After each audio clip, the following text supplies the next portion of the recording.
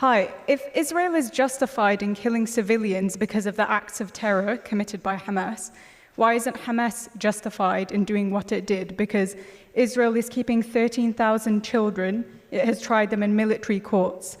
Since the establishment of Israel, 55,000 Palestinian homes have been bulldozed. So why isn't Hamas justified in doing what it did if we use your logic? So I'm going to answer your question, then I'm going to ask you a question if you don't mind. Is that all right? So my answer is that Israel would not be justified in killing Palestinian civilians because of the actions of terrorists. Israel would be justified in attempting to kill terrorists, and civilian casualties are a cost of war.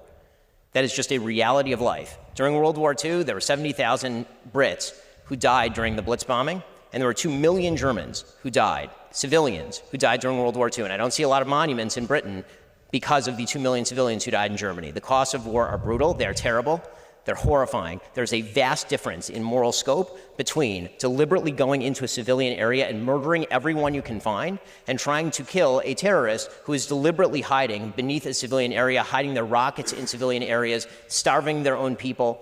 There is a vast difference. Okay, so now I get to ask my question, if you don't mind. So my question is, do you believe that there is a moral difference between Hamas going into, for example, Kfar Aza and murdering entire families, and Israel attempting to target terrorists and accidentally hitting civilians?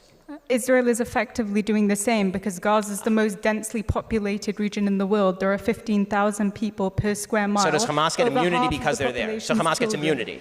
So Israel has killed 3,500 children in the past 3 weeks. That's more children. That's more children than have died in conflicts around the world in each of the last 4 years. So just to be clear, your logic is that if you're a terrorist group located in a densely populated community and you hide behind civilians, you're now immune. Where are the children meant to go? So you're immune. Okay. That's a violation of the Geneva Conventions, but okay. You're now immune. Your logic is that if you're a Hamas terrorist... Sorry, since 2005, 23 out of every 24 conflict deaths have been Palestinian. I don't see any moral equivalency there. It's clearly unjust what the IDF has been doing to the Palestinians because there's a vast disparity between the number of Palestinians being killed and the number of Israelis. I mean, I would certainly hope that Israel is killing more Hamas members. This isn't a conflict. This isn't a conflict. This is one-sided ethnic cleansing. So, again, I'm just asking you, if based on the numbers, more Germans died than Brits in World War II, did that mean that the British were wrong in World War II? Because they did. Many more Germans died than Brits. Based on the numbers, does that mean that Britain was wrong in World War II? Britain wasn't bombing civilians.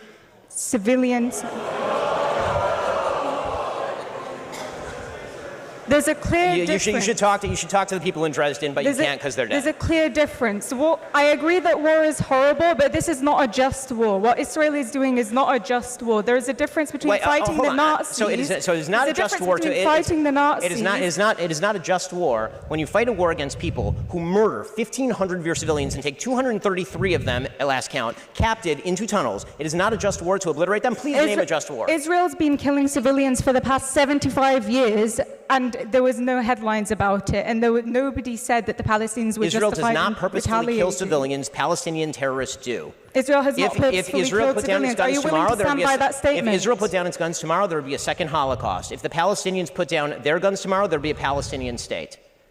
That is the reality. And let me ask you this. There would not be a Palestinian settlement. I'm going to ask you. I'm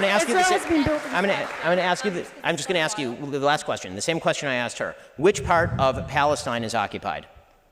The entirety of Palestine, but I'm not calling for the destruction of Jews. I appreciate you expressing your full genocidal intent for the Jewish people living between the rivers. Why is it genocidal to call for a state that is not apartheid? You can have a state where all citizens have equal rights, Jews and Muslims. I'm sure that's going to go amazingly not genocidal. under the same people who are governing the Gaza Strip, where currently 0 Jews live.